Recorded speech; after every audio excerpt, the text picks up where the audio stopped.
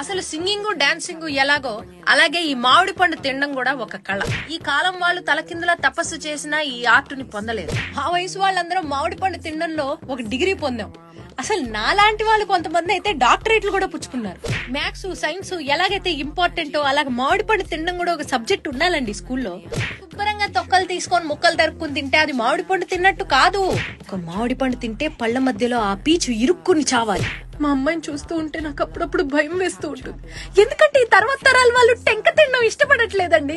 అన్నం తిన్నాక మామిడి పండు పెడితే క్యాలరీలు ఎక్కువ ఉన్నాయని వదిలేస్తోంది. అప్పట్లో మేము రోజుకి మినిమం డజన్ కాయలు గుద్దేవాళ్ళం. ఈ మామిడి పండు తొక్కల నిండా గుజ్జొదిలేసే వాళ్ళంటే నాకు పరమ చిరాకు. మా మనవరాలు అదైతే ఇంకా అధ్వానం. మామిడి పండు ఎదురుకుండానే పెట్టుకుని మాసా తాగుతానంటోంది. ఆ కష్టం పగవాడికి కూడా రాకూడదు. అసలు ఒక టెంక తింటే టెంకకే డౌట్ రావాలి, నేను టెంకనా నిర్మలమ్మ గారి తలకైనా అని. అది ఆర్ట్ అంటే.